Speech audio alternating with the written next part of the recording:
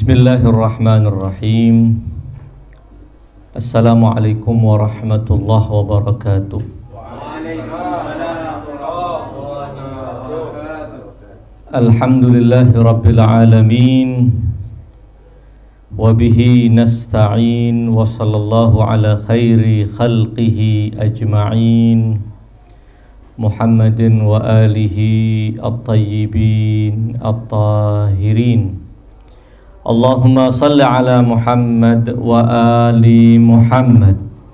Alhamdulillah, segala puji bagi Allah subhanahu wa ta'ala yang mempertemukan kita untuk sekian kalinya dalam sebuah acara rutinan yang kita adakan, yang diawali dengan membaca doa ziarah bagi Imam Abi Abdillah Al-Husain alaihi salam, yang mana memang majlis kita adakan, yang inti dari majlis itu adalah ziarah Asyura dan usaha kita untuk lebih mengenal beliau salamullah alaihi, mengenal keutamaan beliau, mengenal keluarga beliau, ibu, ayah, kakek dan putra-putra beliau al-a'imma al-ma'sumin, di samping mengenal abang beliau al-Imam Al-Hasan Al-Mujtaba. Malam hari ini kita masih akan melanjutkan pembicaraan kita tentang Az-Zahra salamullah alaiha, bertepatan juga dengan hari-hari Fatimiyah, hari-hari yang sudah sepatutnya kita untuk duduk bersama, mengenang dan mendalami pemahaman kita tentang berbagai keutamaan, berbagai maqam agung putri Rasulullah sallallahu alaihi wa alihi wasallam.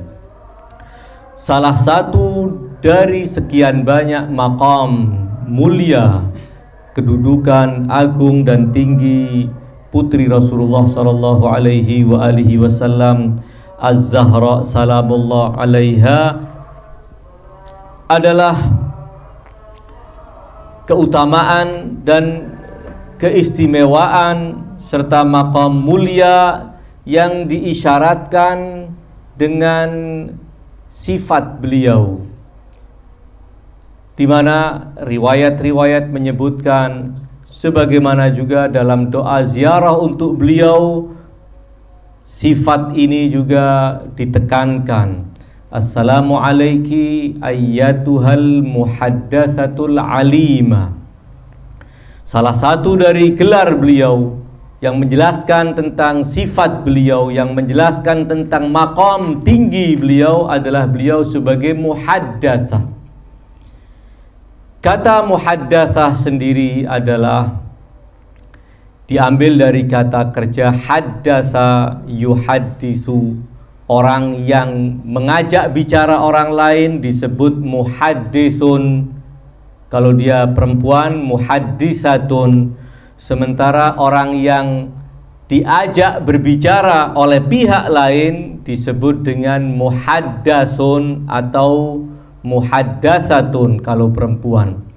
Beliau bergelar muhaddatsatun. Gelar ini telah dijelaskan dalam beberapa riwayat tentang rahasia di balik penyebutan Zahra putri Rasulullah dengan menyebut beliau sebagai muhaddatsatun. Dalam kitab Ilalus Syara'i' yang ditulis oleh Asy-Syekhus Saduq rahmatullah alaih, pada bab ke-146 dengan judul Al-Illatul Lati Min Ajliha Summiyat Fatimatu alaihassalam Muhaddatsatan. Alasan yang karenanya Fatimah alaihassalam dinamai dengan muhaddatsah. Riwayat ini akan menjelaskan kepada kita apa dan bagaimana putri Rasulullah sallallahu alaihi wasallam tersebut dinamai dengan muhaddatsa. Riwayat yang dikutip dari Ishaq ibn Ja'far ibn Muhammad ibn Isa ibn Zaid ibn Ali, ia berkata, qala sami'tu Aba Abdillah alaihi salam yaqul, aku mendengar Abu Abdillah As-Sadiq alaihi salam berkata, innama summiyat Fatimatu alaihi salam muhaddatsatan, sesungguhnya Fatimah diberi nama dengan atau diberi gelar dengan gelar muhaddatsa li'annal malaikata kanat tahbitu minas sama, dikarenakan malaikat turun dari langit kemudian menghampiri Zahra, fatunadiha kama tunadi Maryam binta Imran. Malaikat itu memanggil Zahra, menyeru kepada Zahra, mengajak bicara Zahra seperti malaikat berbicara dan memanggil Maryam putri Imran. Ya Fatimah, ini ucapan malaikat, ya Fatimah, Allahustafaki wa tahharaki wastafaki ala nisa'il alamin. Firman Allah yang disampaikan oleh Jibril kepada Maryam juga yang sama difirmankan oleh Allah melalui Jibril kepada Fatimah. Wahai Fatimah, Allah telah memilihmu, Allah telah menyucikanmu, Allah telah mengunggulkanmu di atas wanita-wanita sejagat. Ya Fatimah, wahai Fatimah, uqnuti li rabbik, tunduklah engkau kepada Tuhanmu, beribadahlah hanya kepada Tuhanmu. Wasjudi warka'i, sujud dan rukuklah. Wasjudi warka'i ma'ar raki'in, sujud dan rukuklah engkau bersama orang-orang yang melakukan ibadah kepada Allah. Fatuhaddithuhum wa yuhaddithunaha. Fatimah mengajak bicara malaikat dan para malaikat pun berbincang-bincang, berbicara dengan Zahra salamullah alaiha. Faqalat lahum dzata lailatin. Pada suatu malam ketika malaikat itu datang seperti kebiasaan mereka menemui Fatimah, menyampaikan pesan-pesan Tuhan kepada Fatimah, Fatimah berkata kepada para malaikat itu, alaisatil mufaddala ala nisa'il alamin Maryam binta Imran, tidakkah yang diutamakan, diunggulkan atas seluruh wanita sealam semesta adalah Maryam putri Imran? Maka para malaikat itu berkata, faqalu inna Maryam kanat sayyidatan nisa'i alamiha. Maryam itu adalah penghulu wanita di masanya. Itulah Maryam. Wa innallaha azza wa jal ja'alaki sayyidatan nisa'i alamiki wa alamiha wa sayyidati nisa'il awwalina wal akhirin. Sementara Allah benar-benar telah menjadikanmu, wahai Fatimah, penghulu wanita di masamu dan penghulu wanita di masa Maryam, dan engkau adalah penghulu wanita-wanita yang terdahulu dan wanita-wanita yang akan datang. Engkau adalah penghulu wanita nisa'il alamin. Itulah riwayat pertama yang dibawakan oleh Asy-Syaikh As-Saduq rahmatullah alaih.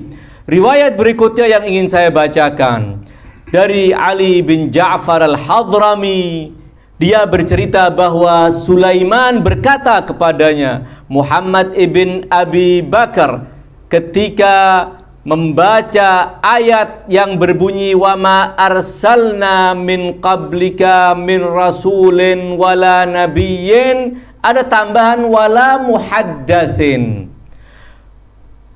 Wahal yuhadditsul malaikatu illal anbiya, tidakkah para malaikat itu hanya akan berbicara kepada para nabi. Sementara kenapa dalam ayat itu ada tambahan wa ma arsalna min qablik, dan kami tidak mengutus sebelummu wahai Muhammad min rasulin, baik seorang rasul, wala nabiyyin, juga seorang nabi, wala muhaddatsin, juga orang yang muhaddas. Ada tambahan muhaddas. Sementara muhaddas bukan nabi, muhaddas bukan rasul. Bagaimana para malaikat berbicara kepada muhaddas, padahal muhaddas bukan seorang nabi dan bukan seorang rasul? Kemudian jawabannya adalah qala Maryam lam takun nabiyatan wa kanat muhaddatsatan. Maryam itu seorang muhaddatsa, dia bukan seorang nabi, tetapi malaikat berkata-kata kepadanya, malaikat berbicara kepadanya. Wa ummu Musa ibn Imran kanat muhaddatsatan wa lam takun nabiyatan. Kemudian wa Sarah imra'atu Ibrahim, Sarah istri Nabi Allah Ibrahim, qad ayanatil malaika, beliau telah menyaksikan dengan mata telanjangnya kedatangan malaikat ke rumahnya dan berbincang-bincang dengan para malaikat seperti direkam dalam ayat-ayat Al-Quran. Fayubashiruha bi Ishaq, malaikat itu diantaranya mengabar gembirakan kepada Sarah bahwa engkau akan dikaruniai seorang anak bernama Ishaq. Wa min warai Ishaq Ya'qub, dan kabar gembira berikutnya bahwa nanti Ishaq akan punya anak Ya'qub. Malaikat berkata-kata kepada istri Nabi Allah Ibrahim padahal dia bukan seorang nabi. Dan Fatimah putri Muhammad sallallahu alaihi wa alihi wasallam adalah seorang muhaddatsa dan beliau bukan seorang nabi. Qala musannifu hadzal kitab, penulis kitab ini yaitu Asy-Syaikh As-Saduq, penulis kitab Ilalus Syara'i'. Dia berkata, qad akhbarallahu azza wa jalla fi kitabih, Allah azza wa jalla telah mengabarkan dalam kitab sucinya, bi annahu ma arsala minan nisa'i ahadan ilan nas, bahwa ia Allah tidak mengutus seorang wanita untuk menjadi nabi dan rasul kepada umat manusia. Fi qaulihi tabaraka wa ta'ala, seperti ditegaskan dalam firman Allah, wa ma arsalna min qablika illa rijalan nuhi ilaihim. Jadi ayat ini menegaskan kami tidak mengutus sebelummu wahai Muhammad kecuali rijalan, orang-orang laki yang kami beri wahyu kepada mereka. Walam yakul nisaan, dan Allah tidak berkata wa ma arsalna min qablika illa nisaan. Tidak. Artinya ayat ini ingin menegaskan bahwa Allah Subhanahu wa taala tidak pernah mengutus seorang wanita untuk menjadi nabi dan rasul utusan Allah kepada umat manusia. Inilah walam yakul nisaan al muhaddatsun laisu birusulin wala anbiya. Muhaddatsun, orang-orang yang diajak bicara oleh para malaikat, mereka tidak mesti nabi. Para nabi adalah orang-orang yang diajak bicara oleh malaikat, iya, namun tidak semua orang yang diajak bicara oleh malaikat berarti dia nabi. Terbukti apa? Beberapa ayat yang telah disebutkan berbicara tentang Maryam, berbicara tentang ibu Musa, berbicara tentang istri Nabi Allah Ibrahim. Inilah riwayat yang disebutkan oleh Asy-Syaikh As-Saduq dalam kitab Ilalus Syara'i' yang menegaskan tentang putri Rasulullah sallallahu alaihi wa alihi wasallam Fatimah Zahra adalah muhaddatsa. Tentu ini adalah pembicaraan tentang maqam, bukan sekedar kemuliaan yang Allah berikan. Namun ini adalah maqam yang Allah jelaskan kepada kita ketika riwayat-riwayat menyebut bahwa Fatimah adalah muhaddats. Sebenarnya riwayat-riwayat itu sedang mengungkap kepada kita, menjelaskan kepada kita maqam yang telah dicapai oleh Az-Zahra salamullah alaiha. Karena turunnya malaikat kepada seorang meniscayakan adanya kesesuaian antara kualitas orang yang malaikat turun dan berbicara kepadanya. Kalau kita seandainya ingin bertanya, kenapa malaikat tidak turun kepada saya? Karena memang kualitas saya jauh di bawah kualitas minimal yang dibutuhkan oleh seorang manusia untuk bisa berkomunikasi dengan para malaikat. Harus ada yang disebut oleh para ulama dengan sinkhiyah. Ada kesesuaian. Ada kesesuaian antara kualitas. Karena para nabi adalah manusia-manusia unggulan yang telah mencapai tingkat itu. Ketika dia telah mencapai tingkat itu, dia punya kelayakan untuk diajak bicara oleh para malaikat. Dan Allah akan menurunkan para malaikatnya untuk datang kepadanya dan menyampaikan firman Tuhan, wahyu Tuhan kepadanya. Itu ringkas kata yang ingin saya jelaskan, bahwa ini adalah pembicaraan tentang maqam. Seorang yang telah mencapai tingkat kesucian tertentu, dia punya kelayakan untuk bisa mendengar suara malaikat, untuk bisa menyaksikan dengan mata kasat mata dia kehadiran malaikat. Dia akan bisa merasakan kehadiran malaikat. Jadi harus ada kesesuaian. Kalau tidak mungkin dia punya kelayakan untuk mendengar wahyu Tuhan secara langsung melalui para malaikatnya. Alaihal ikhwan sekalian, bahwa ini adalah salah satu dari maqam Fatimah Zahra salamullah alaiha. Demikian juga dengan para imam suci dari keturunan beliau. Demikian juga dengan Amirul Mukminin alaihi salam. Dalam keyakinan kita, sesuai dengan riwayat-riwayat yang ada, bahwa para imam suci Ahlul Bait adalah muhaddatsun, orang-orang yang diajak bicara oleh para malaikat. Inilah yang terkadang kemudian disalahfahami atau sengaja disalahfahami untuk tujuan-tujuan tertentu. Ketika ditemukan dalam sebagian riwayat Syiah, dalam Al-Kafi dan dalam kitab-kitab yang lainnya, seperti juga telah dirangkum oleh Al-Majlisi dalam kitab Al-Bihar misalnya, riwayat-riwayat yang sangat banyak menyebut bahwa para imam suci adalah muhaddas. Aliyun muhaddas, Al-Hasan wal Husain muhaddatsan, dua orang yang diajak bicara oleh para malaikat. Al-A'immah muhaddatsun. Karena ada riwayat-riwayat semacam demikian, maka ada sebagian yang kemudian menyalahfahami dengan mengatakan, lihat itu Syiah, mereka meyakini para imamnya adalah para nabi yang mendapat syariat baru dari Allah Subhanahu wa ta'ala. Ini sekali lagi adalah kesalahan yang disengaja, pemelesetan dan tuduhan palsu yang sengaja dilansirkan, sengaja digelincirkan demikian. Bukan semata karena ketidaktahuan atau ketidakmampuan untuk memahami konsepnya, tidak.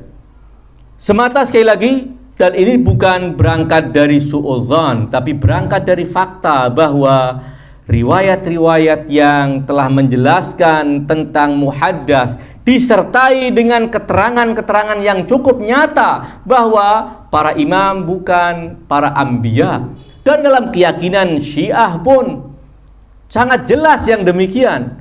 Salah satunya adalah yang menjadi dasar Imam Ali bin Abi Thalib adalah hadisul manzilah.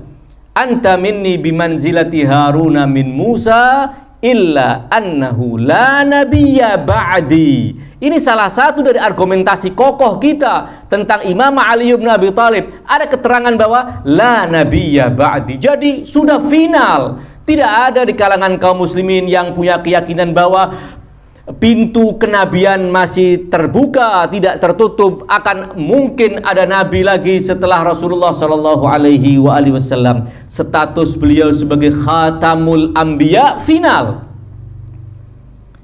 Jadi ketika ada kemudian sebagian pihak yang mengada-ngada tuduhan bahwa Syiah meyakini para imamnya sebagai para nabi berdasarkan riwayat-riwayat yang menyebut bahwa para imam adalah muhaddatsun, semata karena memang sengaja untuk menyesatkan opini umat. Ini yang sangat disesalkan.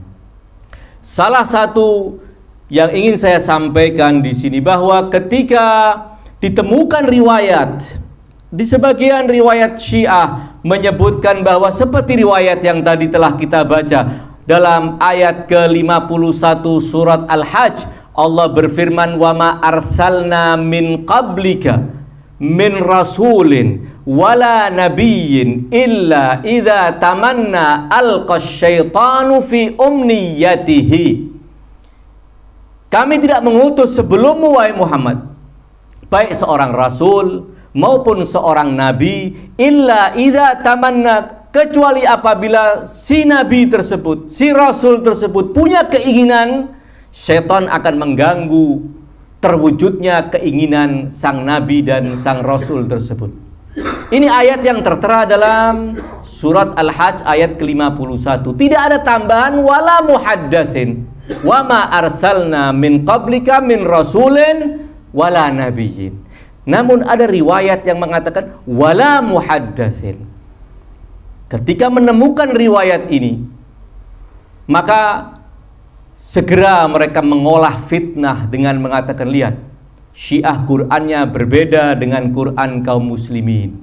Itu lihat riwayat-riwayat yang telah diterima oleh para ulama mereka menyebut bahwa ayat ini pada dasarnya ada satu kalimat yang kurang. Jadi Quran Syiah berbeda dari Quran kaum muslimin yang lainnya. Quran Syiah ada tambahan wala muhaddatsin, seperti yang ditulis oleh sekelompok tim yang tergabung dalam tim ilmiah untuk membantah Al-Habib Profesor Dr. Quraish Shahab ketika beliau menulis buku untuk mengakrabkan Ahlus Sunnah dan Syiah, untuk mendekatkan Ahlus Sunnah dan Syiah, untuk supaya Syiah dan Ahlus Sunnah bergandeng tangan. Muncul pihak-pihak yang ingin memisahkan Ahlus Sunnah dan Syiah untuk memecah belah kesatuan kaum muslimin, membantah buku beliau dengan mengangkat tema ini, bahwa salah satu di antara bukti bahwa tidak mungkin kita bisa bertemu dengan Syiah, tidak mungkin persatuan bisa diwujudkan antara Ahli Sunnah dan Syiah, karena memang pada dasarnya Quran mereka sudah berbeda dengan Quran kita. Salah satunya adalah ayat ini yang dibawakan, wa ma arsalna min qablika min rasulin wala nabiyyin illa idza tamanna alqa syaitanu fi umniyatih. Kata mereka bahwa dalam Quran Syiah ada tambahan wala muhaddatsin. Berarti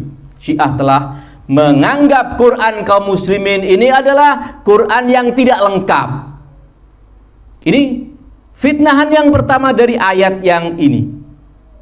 Ketika fokus mereka berbicara tentang tahrif Quran, ini diangkat sebagai satu isu, satu senjata untuk memojokkan dan memfitnah Syiah.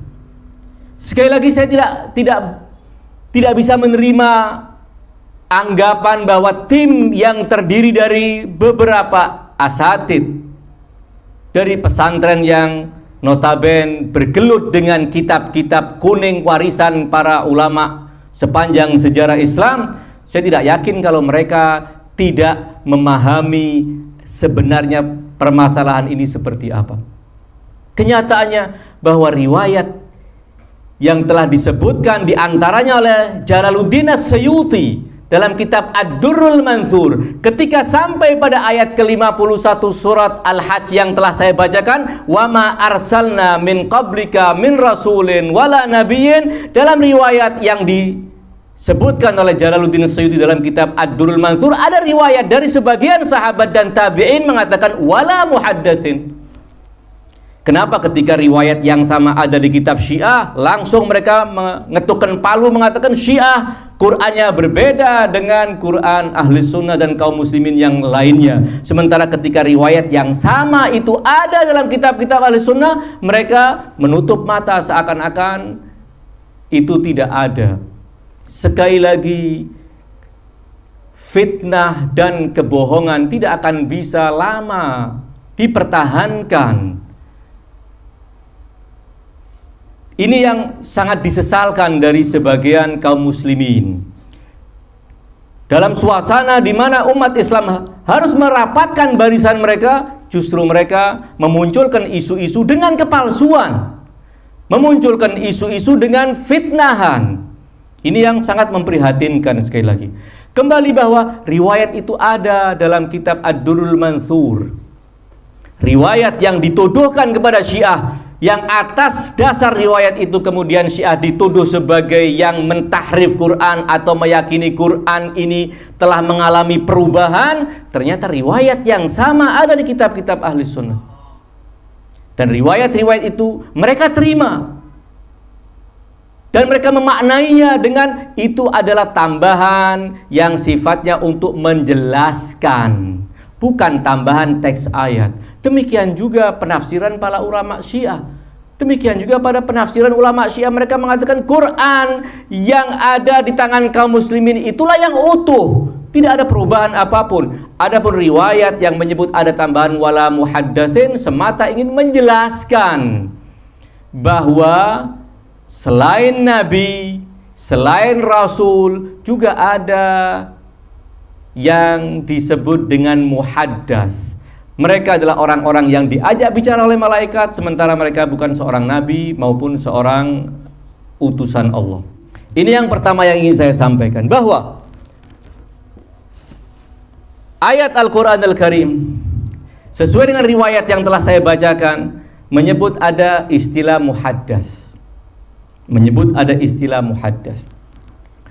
Ketika orang-orang Syiah meyakini bahwa para imam mereka muhaddats, bahwa Zahra putri Rasulullah sallallahu alaihi wasallam adalah muhaddats, mereka segera melayangkan fitnahan seperti yang telah saya sebutkan tadi, bahwa Syiah meyakini para imam adalah nabi-nabi Allah, dan dengan itu sudah cukup alasan untuk dikatakan bahwa Syiah kafir. Kenapa? Karena meyakini ada 12 nabi, yaitu para imam suci mereka. Apa alasannya? Itu riwayat-riwayat yang menyebutkan bahwa para imam adalah muhaddats, Zahra adalah muhaddasa. Sekali lagi, ini juga fitnahan yang secara sengaja memang dimunculkan, bukan karena samarnya keterangan para ulama Syiah, bukan karena samarnya literatur Syiah yang bisa mereka rujuk.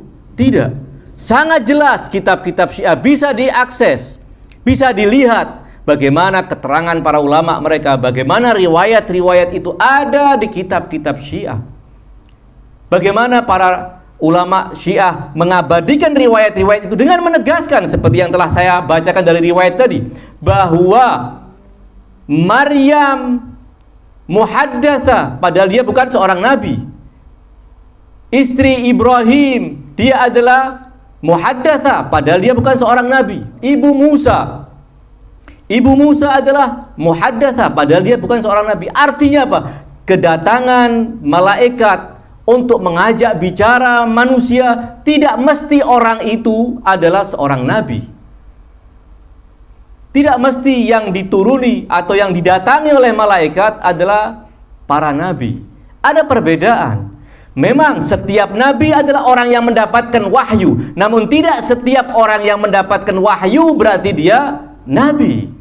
Terbukti bahwa Maryam adalah salah satu contoh itu. Namun sekali lagi, sebelum kita menyinggung ayat-ayat yang berbicara tentang Maryam, Ibu Isa salamullah alaihima, kita melihat bahwa di dalam kitab-kitab Ahlus Sunnah, Sahihil Bukhari misalnya, dalam Sahihil Bukhari kita menemukan riwayat-riwayat yang tidak sedikit.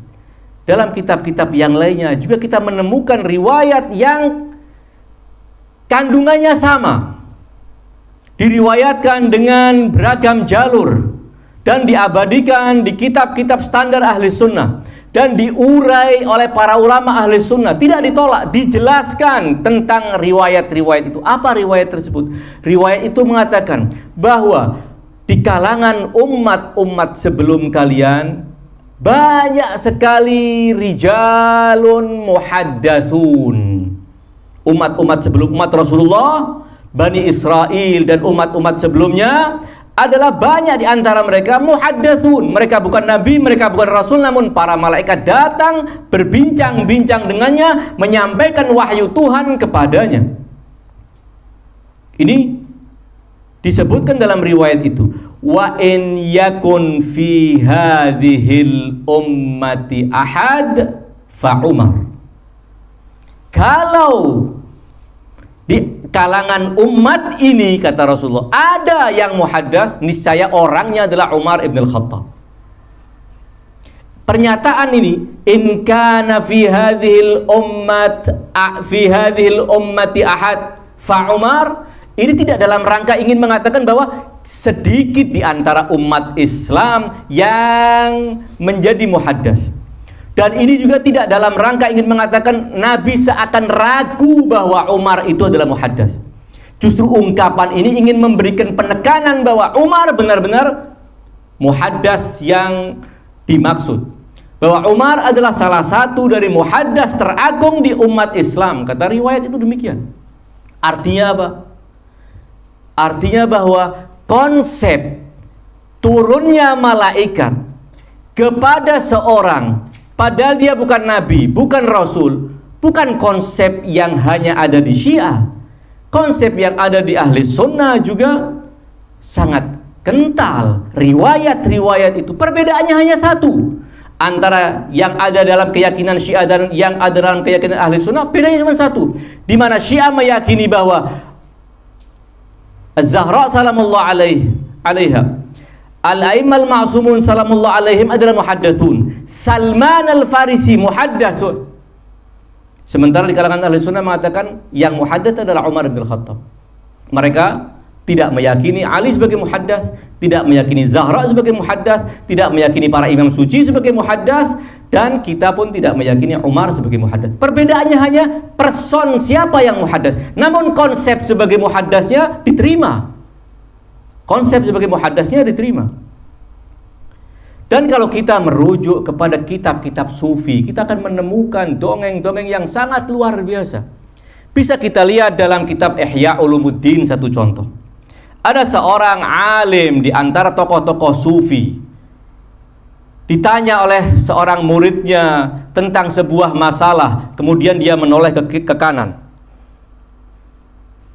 diam, kemudian noleh ke kiri, diam, kemudian dia melihat ke dadanya, dan kemudian dia menjawab.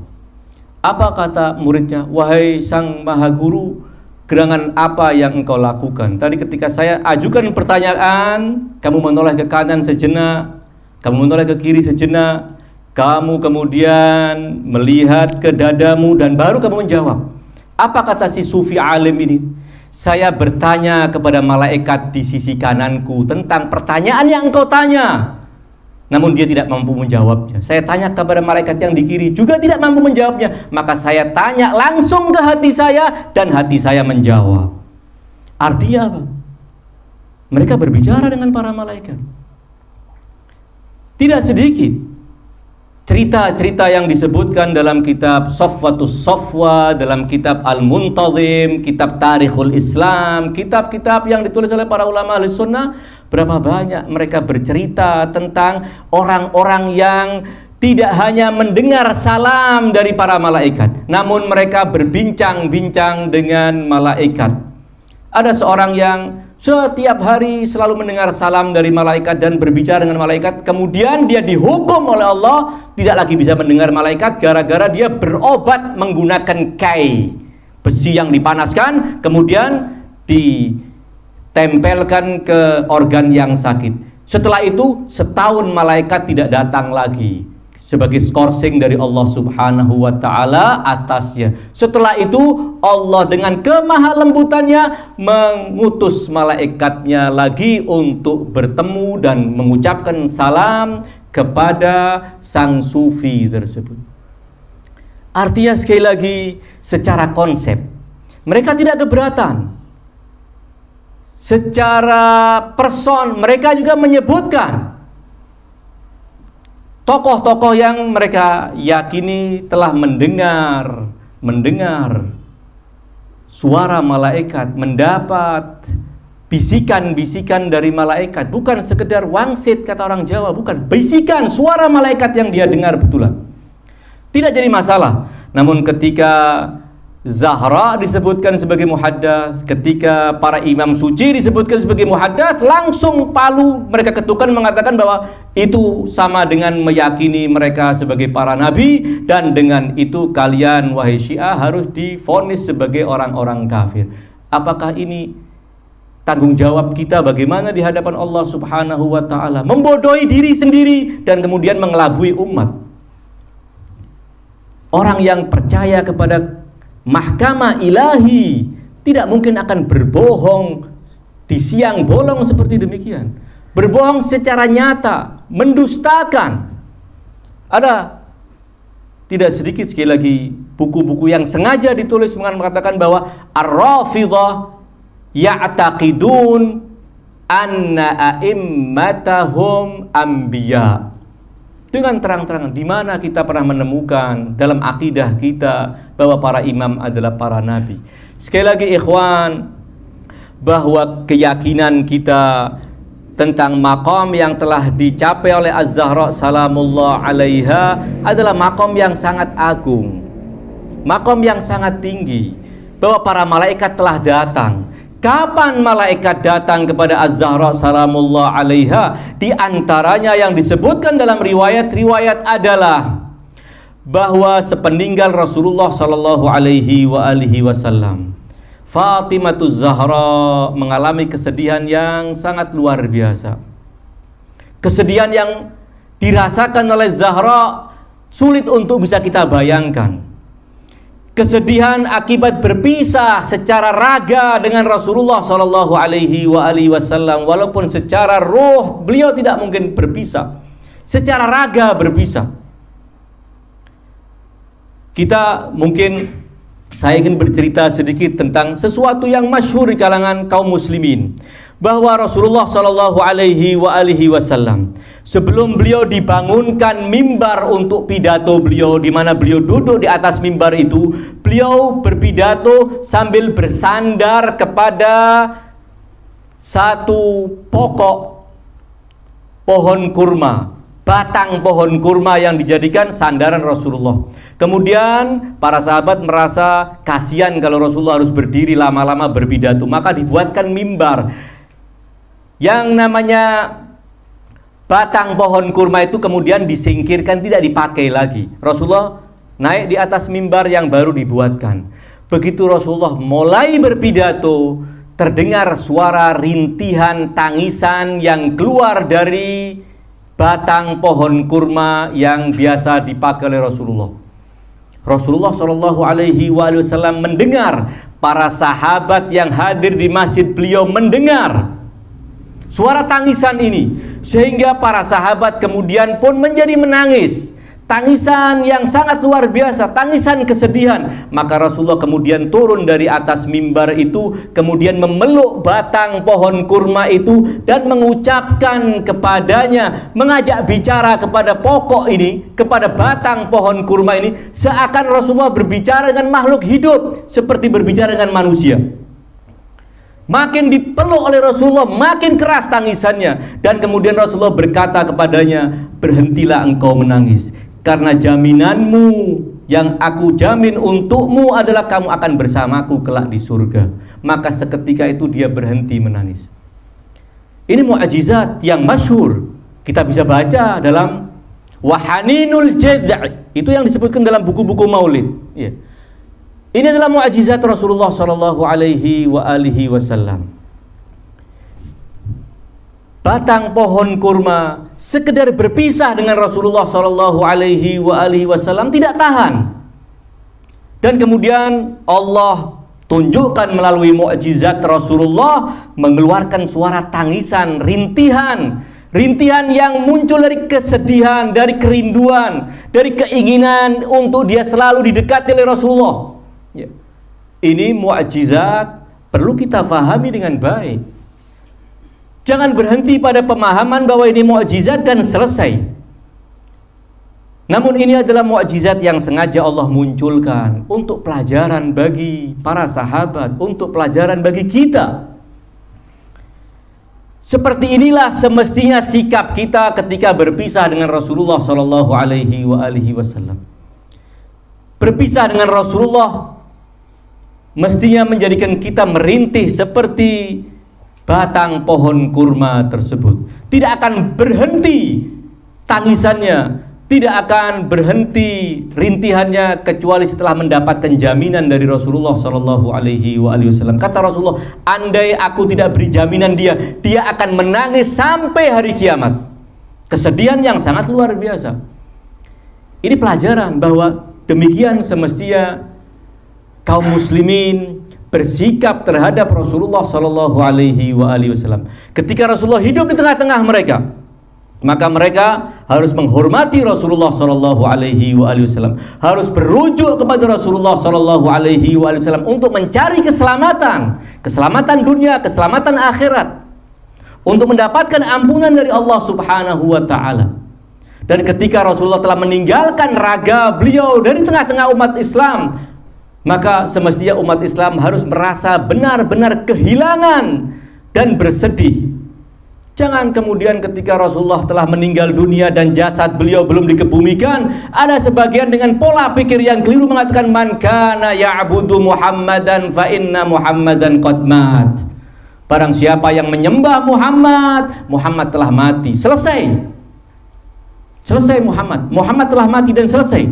Wa man kana ya'budullah, barang siapa yang menyembah Allah, Allah Maha Esa, Allah Maha Hidup untuk selamanya. Memangnya siapa yang pernah menyembah Nabi? Dan siapa sampai saat ini, adakah orang yang menyembah Nabi sallallahu alaihi wasallam? Tidak ada. Namun ini adalah cara berpikir yang ingin memisahkan kita dari Rasulullah sallallahu alaihi wasallam. Artinya kalau sudah meninggal selesai.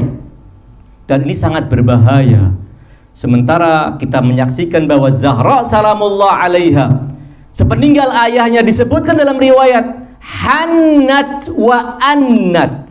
Hannat itu kata kerja hanna, artinya menampakkan keinginan yang sangat untuk selalu dekat, rindu, ada semangat untuk tidak berpisah, tidak mau berpisah, ditampakkan dengan hanin. Ya, sifatnya adalah hanin, kata kerja adalah hanna. Annat adalah tangisan, suara tangisan karena sedih, karena berpisah. Inilah semestinya yang harus ditampakkan oleh kaum muslimin. Az-Zahra salamullah alaiha sepeninggal ayahnya telah menampakkan inilah sikap yang semestinya diambil oleh kaum muslimin. Inilah sikap yang semestinya dipilih oleh kaum muslimin dalam menyikapi Rasulullah sallallahu alaihi wasallam. Bersedih. Inilah yang kita baca dalam doa-doa yang diajarkan oleh para imam. Allahumma inna nashku ilaika faqda nabiyyina salawatullahi alaihi. Inilah yang diajarkan oleh para imam suci Ahlul Bait. Kita mengeluh karena kita telah kehilangan Nabi, jasad Nabi tidak lagi hadir di tengah-tengah kita, dan kita tidak bisa berjumpa secara jasadi dengan beliau. Ini sebuah petaka besar bagi kita, sebuah kerugian yang sangat luar biasa. Namun Allah Subhanahu wa taala tetap melanggengkan Rasul sallallahu alaihi wasallam, tetap mengabadikan Nabi dalam pribadi-pribadi suci Ahlu Baitnya. Maka sikap yang semestinya kita berikan kepada Nabi harus kita berikan kepada para imam suci Ahlul Bait alaihim afdhalus salati wassalam, kepada Az-Zahra salamullah alaiha. Kembali bahwa Az-Zahra sepeninggal ayahnya mengalami kesedihan yang sangat luar biasa karena berpisah dengan ayahnya. Setelah mendapatkan janji dari Rasulullah, barulah Zahra bisa tersenyum. Di detik-detik terakhir menjelang wafat Rasulullah, Zahra dipeluk oleh ayahnya, dibisikkan sesuatu, kemudian beliau menangis. Kemudian dipanggil lagi, dipeluk dan dibisikkan sesuatu, kemudian beliau tersenyum. Setelah ditanya Dan beliau menolak untuk memberikan penjelasan sampai setelah Rasulullah wafat baru beliau memberikan keterangan kenapa beliau pada awal dipeluk oleh Rasulullah dan dibisiki oleh Rasulullah beliau menangis, dan pada kali yang kedua beliau tersenyum. Yang pertama Rasulullah memeluk Zahra kemudian membisikkan bahwa ayahmu tidak lama lagi akan meninggalkan dunia yang fana itu. Karenanya Zahra kemudian menangis. Dan bisikan yang kedua yang membuat Zahra bergembira, yang membuat Zahra tersenyum adalah ketika ayahnya mengabarkan bahwa engkau awwalu ahlu baiti luhuqa. Engkau adalah orang pertama dari ahlu baitku yang akan menyusulku. Dan ketika itu beliau tersenyum karena akan bergabung lagi dengan ayahnya Rasulullah Shallallahu Alaihi Wasallam. Dalam catatan riwayat-riwayat yang diterima oleh kalangan pengikut Ahlul Bait, 75 hari Zahra hidup setelah ayahnya, mengalami kesedihan yang sangat luar biasa. Kesedihan yang sangat luar biasa. Kemudian Allah Subhanahu wa taala mengutus Jibril untuk turun menenangkan Zahra, untuk turun menghibur Zahra, untuk turun menyampaikan berita-berita kepada Zahra tentang apa-apa yang akan terjadi dan dialami oleh anak keturunannya. Akan diceritakan satu persatu, dan kemudian apa yang disampaikan oleh Jibril kepada Zahra dicatat oleh Amirul Mukminin Ali bin Abi Thalib alaihissalam. Ketika terjadi bincang-bincang antara Zahra dan Jibril, Ali ibn Abi Thalib Amirul Mukminin hadir dan mencatat, dan kemudian itu menjadi Mushaf Fatimah. Jadi Mushaf Fatimah adalah kumpulan wahyu yang Jibril sampaikan kepada beliau sepeninggal Nabi kemudian dicatat. Namun kemudian sekali lagi dijadikan bahan fitnah, bahan tuduhan palsu bahwa Mushaf Fatimah adalah Qur'annya orang Syiah. Sekali lagi, semua bahan yang jelas mereka robah menjadi bahan fitnahan. Ini sangat mengkhawatirkan orang yang beriman kepada Allah, beriman kepada hari akhir, beriman kepada mahkamah Allah, tidak akan sesembrono ini menuduh satu komunitas yang jumlah mereka ratusan juta dan sudah eksis ratusan tahun, 1000 tahun lebih. Kaum muslimin Syiah telah berjasa mengembangkan ilmu-ilmu Islam, namun dengan coretan pena mereka kemudian memvonis bahwa orang-orang ini punya Quran lain, Mushaf Fatimah adalah Quran Syiah, bahwa Syiah memiliki nabi-nabi setelah Rasulullah Shallallahu Alaihi Wasallam. Semua didasarkan kepada bukti-bukti yang mereka plesetkan sendiri. Kembali bahwa itulah kira-kira kedatangan malaikat Jibril kepada Zahra salamullah alaiha untuk berbincang-bincang dengan beliau. Orang kemudian mengatakan, mana mungkin ada seorang bukan nabi namun malaikat datang. Pertanyaan ini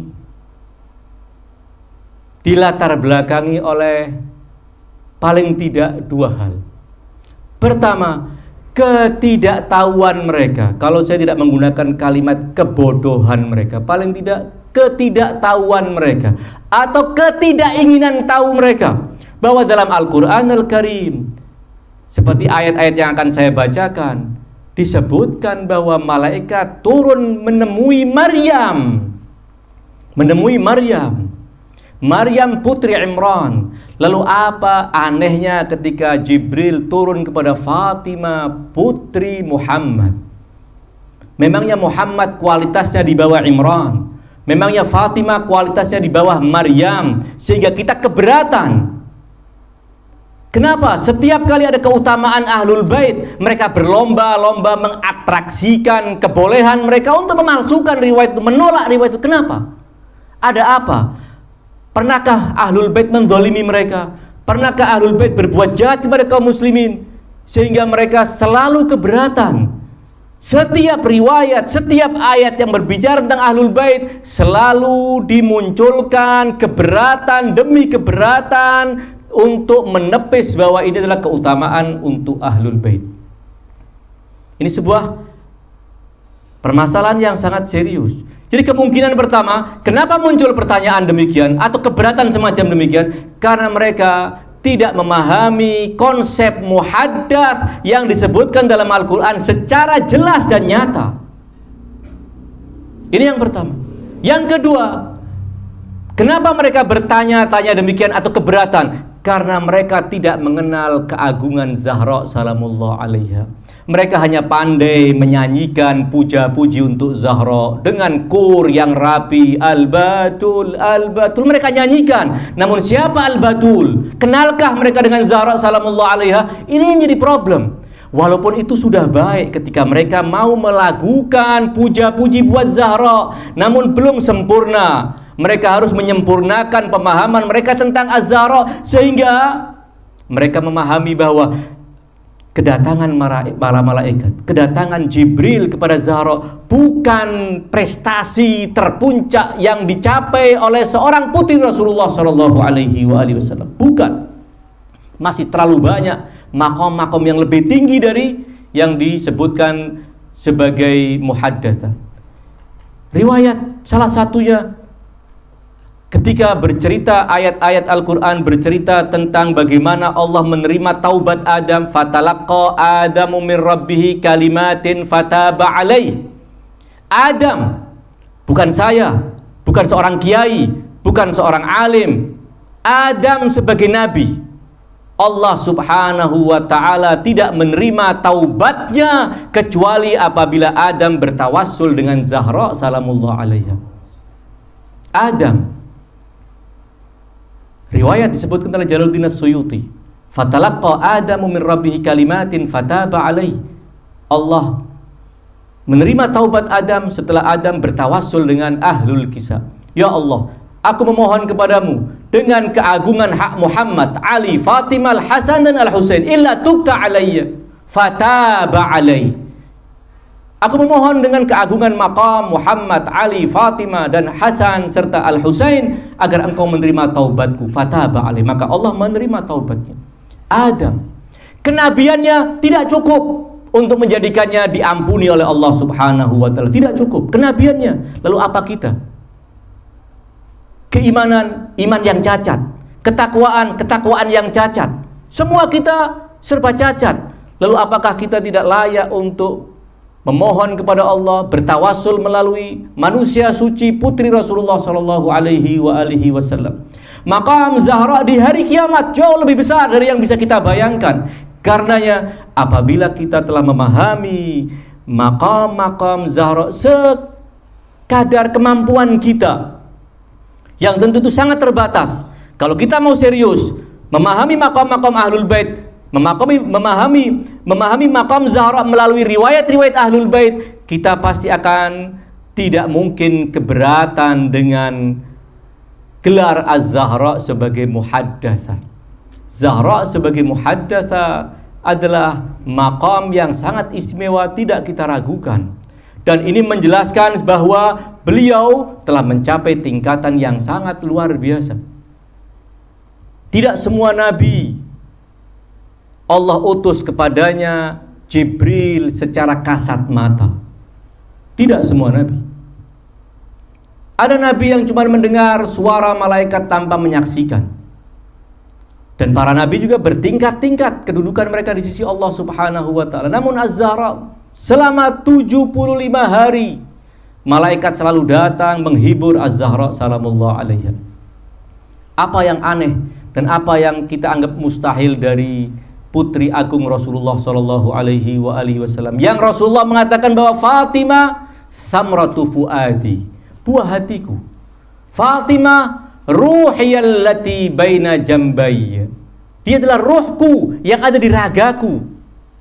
Fatimah adalah ruh Rasulullah Shallallahu Alaihi Wasallam. Keagungan Zahra sangat luar biasa.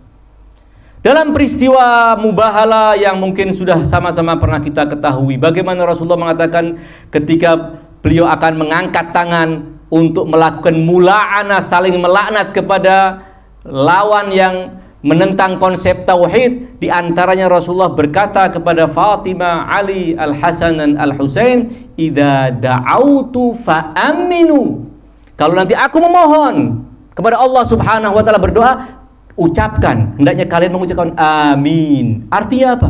Kalimat amin itu artinya apa? Istajib, ya Allah kabulkan. Rasulullah sallallahu alaihi wasallam Sayyidul awwalina wal akhirin berdoa, namun tetap ingin menjelaskan kepada kita bahwa doaku akan diijabahkan oleh Allah Subhanahu wa taala ketika ahlu baitku mengatakan amin. Keagungan yang sangat luar biasa. Jadi kalau kita melihat ke belakang, kenapa ada keberatan semacam demikian? Yang pertama, boleh jadi mereka tidak memahami konsep yang telah diajarkan oleh Al-Quran. Namun mereka banyak berbicara tentang atas nama Islam, tentang konsep-konsep Al-Quran yang jauh dari Al-Quran itu sendiri. Namun mereka mengatasnamakan Al-Quran. Dengan begitu berani mereka mengatakan Quran mengatakan demikian, Islam pandangannya demikian. Sementara apa yang kalian fahami dari Al-Quran? Apa yang kalian fahami dari Islam? Bukankah Allah Subhanahu wa ta'ala telah bercerita di dalam salah satu ayat Al-Quran yang disebutkan dalam surat Al-Imran, di antaranya ketika Allah Subhanahu wa ta'ala bercerita tentang Maryam. Salah satunya yang ingin saya bacakan adalah ayat ini. Bismillahirrahmanirrahim. Wa idh qalatil malaikatu ya Maryam innallaha astafaki wa tahharaki wastafaki ala nisa'il alamin. Ingat wahai Nabi, idh qalatil malaika, ketika para malaikat datang. Ini kalimat malaika bentuknya jamak, namun yang dimaksud adalah Jibril seorang. Dan itu biasa dalam ayat-ayat Al-Quran kita temukan redaksinya berbentuk jamak, namun yang dimaksudkan adalah tunggal. Idh qalatil malaikatu ya Maryam, ketika malaikat Jibril berkata kepada Maryam, innallaha astafaki, sesungguhnya Allah telah memilihmu, wa tahharaki wastafaki ala nisa'il alamin. Pembicaraan langsung antara Jibril dan Maryam. Apakah kita kemudian menuduh Allah Subhanahu wa ta'ala telah menyesatkan kaum muslimin dengan mengabarkan bahwa Maryam yang bukan nabi ternyata juga mendapatkan wahyu, seperti tuduhan mereka kepada Syiah matalan? Ayat Al-Quran mengatakan Maryam, Allah telah mengutus malaikat untuk berkata-kata kepadanya.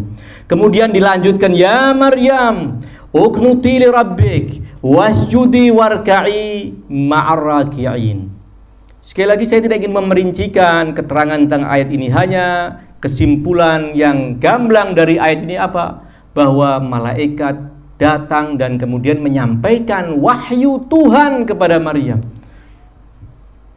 Padahal Maryam bukan seorang nabi, dia adalah seorang muhaddas. Ini konsep muhaddas adalah konsep Qur'ani. Konsep muhaddas adalah konsep sunnati yang ada dalam sunnah. Bahkan ahli sunnah telah meriwayatkan seperti telah saya sebutkan tadi, bahwa mereka adalah muhaddas. Sebagian kemudian ingin menafsirkan muhaddas itu maksudnya yang mendapatkan ilham, namun mereka tolak. Tidak. Benar-benar malaikat telah berkata-kata kepadanya. Kemudian dibawakan contoh-contoh sufi fulan, sahabat fulan, tabi'in fulan. Namun semuanya tidak ada satupun ahlul bait yang mereka sebutkan dalam contoh-contoh itu. Ini yang pertama. Yang kedua, kita menemukan ayat yang lain lagi yang lebih jelas. Mungkin sebagian menganggap bahwa ayat yang telah saya bacakan dari surat Al-Imran, idh qalatil malaikatu ya Maryam innallaha astafaki wa tahharaki wastafaki ala nisa'il alamin ya Maryam uqnuti, dan akhir ayat, dianggap mungkin itu adalah suara yang didengar oleh Maryam tanpa bertatap muka dengan malaikat Jibril. Namun ayat dalam surat Maryam yang bercerita tentang kedatangan malaikat, Bismillahirrahmanirrahim. Wadhkur fil kitabi Maryam. Sebutkan dalam Alkitab, Al-Quran atau surat Maryam ini kisah tentang Maryam. Idzin tabadat min ahliha makanan syarqiyya. Ketika Beliau menyendiri, menjauh dari keluarganya di sebuah tempat di sisi kiri. Boleh jadi di sisi kiri Masjid Aqsa yang menjadi tempat tinggal beliau untuk beribadah.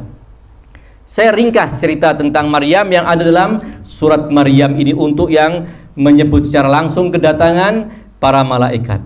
Wadhkur fil kitabi Maryam idzin tabadat min ahliha makanan syarqiyya fattakhadhat min dunihim hijaba. Maka Maryam membuat satir, membuat tabir yang memisah antara beliau dengan keluarganya, yang memisah beliau dengan keluarga Zakaria dan dari umumnya masyarakat Bani Israel. Beliau menyendiri di sebuah tempat agar bisa lebih konsentrasi beribadah dan agar bisa tenang dalam menghambakan diri kepada Allah Subhanahu wa taala. Di saat Maryam menyendiri, fa arsalna ilaiha ruhana fatamatsala laha basharan sawiyya. Maka kami utus kepada Maryam ruhana, Jibril maksudnya.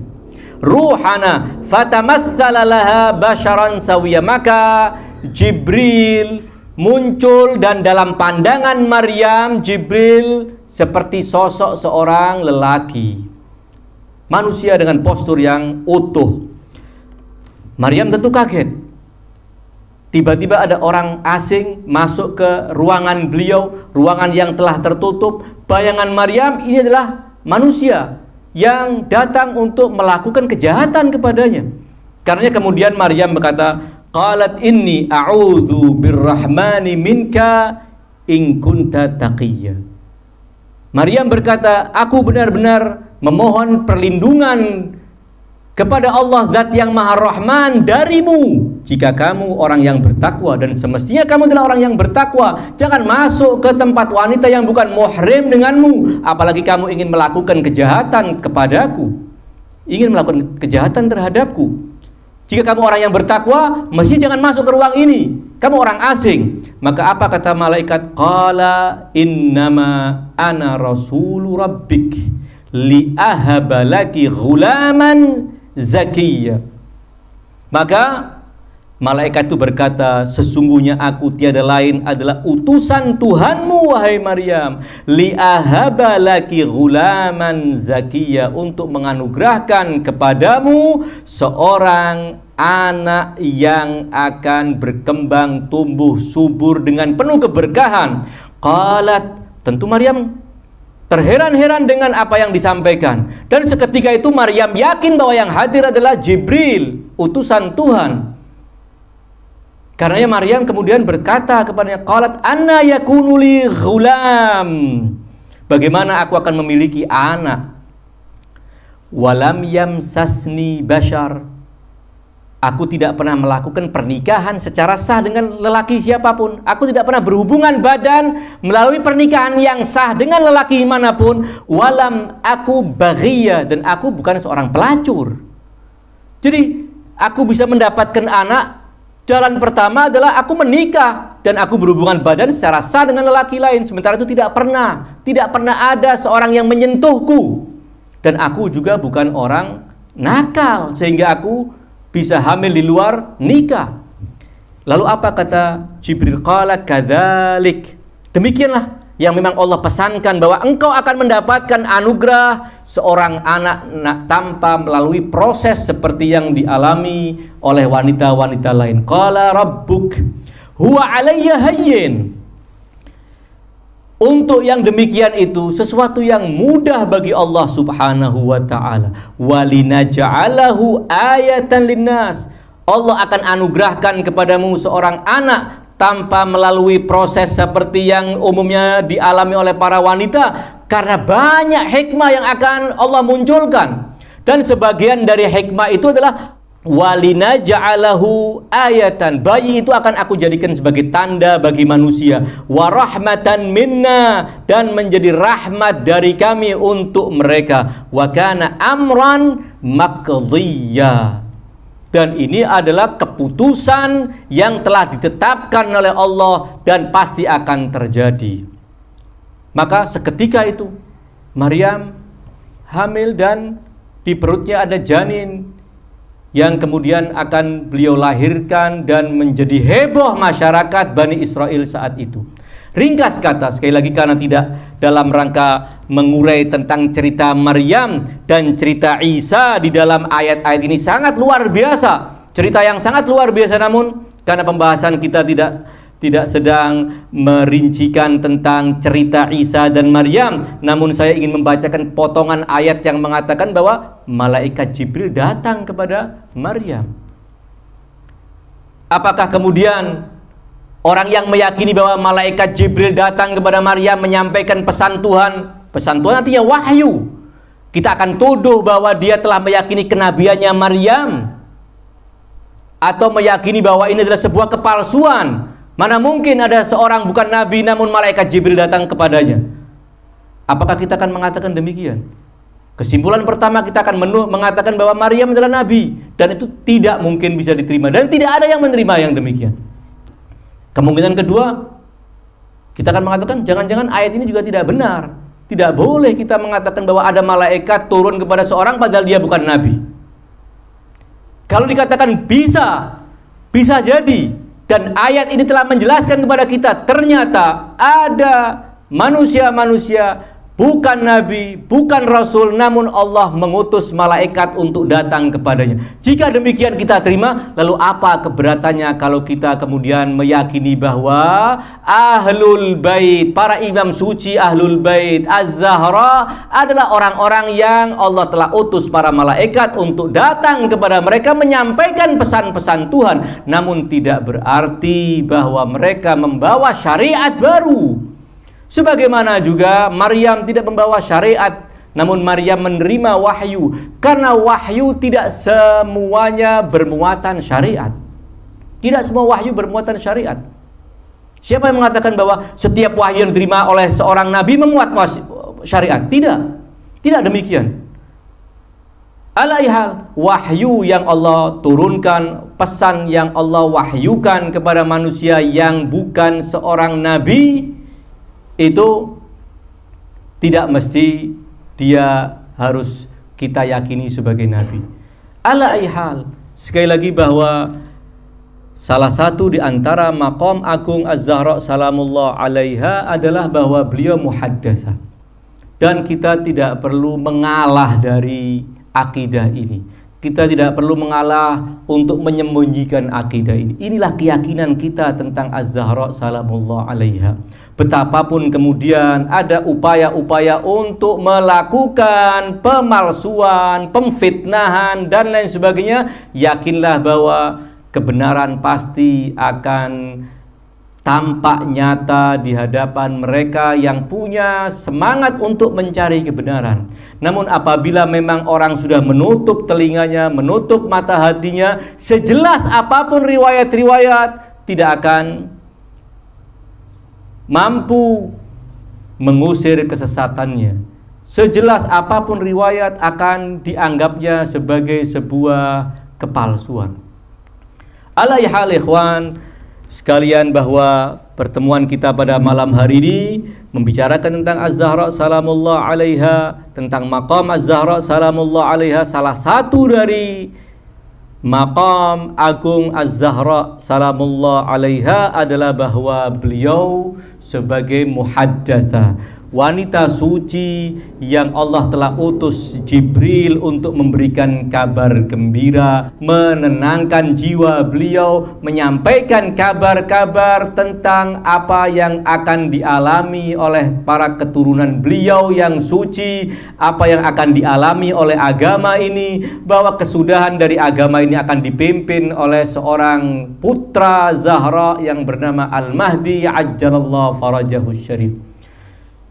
Itulah yang perlu kita ketahui tentang maqam Az-Zahra salamullah alaiha. Mudah-mudahan keterangan ini bisa menambah pemahaman kita tentang keagungan Az-Zahra, menambah kedekatan diri kita kepada Zahra, kecintaan kita kepada Zahra, kebergantungan kita kepada Zahra salamullah alaiha dalam mendapatkan syafaat di sisi Allah subhanahu wa ta'ala. Hadza minni wa sallallahu ala khairi khalqihi ajma'in, Muhammadin wa alihi tayyibin at-tahirin, wa ghafarallahu lana wa lakum amin. Wassalamualaikum warahmatullahi wabarakatuh.